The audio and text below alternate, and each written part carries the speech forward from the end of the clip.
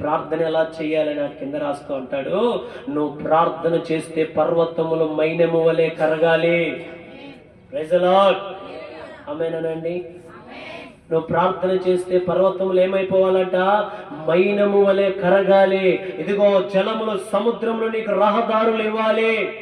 Praise the lord. నువ్వు ప్రార్థన చేస్తుండగానే ప్రాకారాలు కూలిపోవాలి. నువ్వు ప్రార్థన చేస్తుండగానే ఎడారి ఏదేను వలె మారిపోవాలి.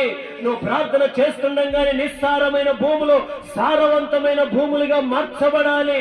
నువ్వు ప్రార్థన చేస్తుండగానే ఎండిన బావులలో నూతన జలములు ఉబకాలి.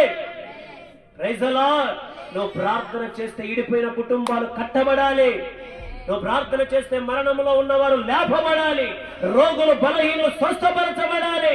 నువ్వు ప్రార్థన చేస్తుండగానంట ఆకాశ ద్వారములు తెరవబడాలంట.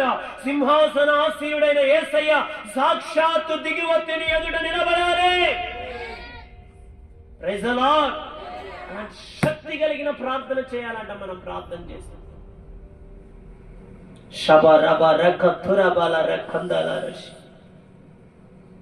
ఎలాంటి ప్రార్థన చేయాలి?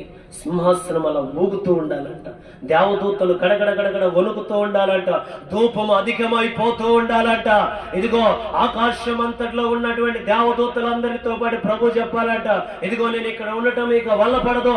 ఇదిగో నా కుమారుడు నా కుమార్తె ఇదిగో ఒక ఆసక్తి కలిగిన వారు ప్రార్థన చేస్తున్నారు కనుక నా కుమార్తె యొద్దకు నేను వెళ్తున్నానప్పుడు ఆ దేవదూతలందరూ కూడా స్తుతిని వదిలిపెట్టి నువ్వు చేసే ప్రార్థన యొద్దటికి వచ్చి నీ దగ్గర అడగాలంట. ఆయన ఏమని?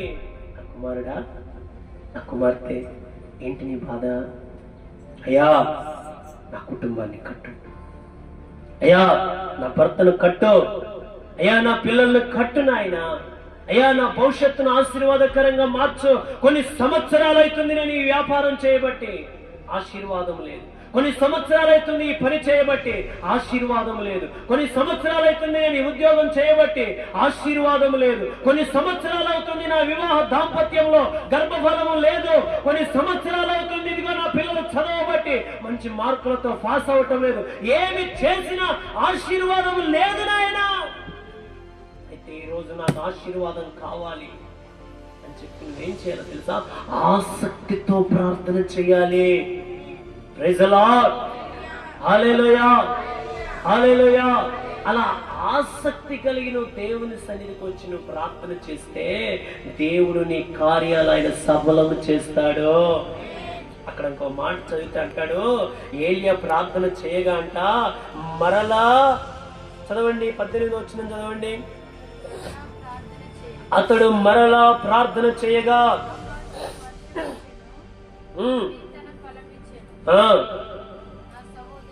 చాలమ్మా. అతడు మరలా ప్రార్థన చేయగా ఆకాశం ఏమిచ్చిందంట? వర్షం ఇచ్చిందంట. భూమి తన ఫలాన్ని ఇచ్చిందంట. విన్నారా? అంటే ప్రార్థనలో ఎంత శక్తి దాగి ఉందో చూడండి. అంటే ఒక నష్టాన్ని ఒక బాగుపడటానికి ఏమన్నా మేలుకరమైన ప్రార్థన చేస్తే అది జరుగుద్ది. ఇతరులు ఆశీర్వదించబడాలని ప్రార్థన చేస్తే అది జరుగుద్ది. చూడండి, ఎవరన్నా వ్యతిరేకంగా ఏలుబడి చేస్తే వారి పరిపాలన ఆగిపోవాలి ప్రభు అంటే అది కూడా జరుగుద్ది. నీకు విషయం చెప్పనా?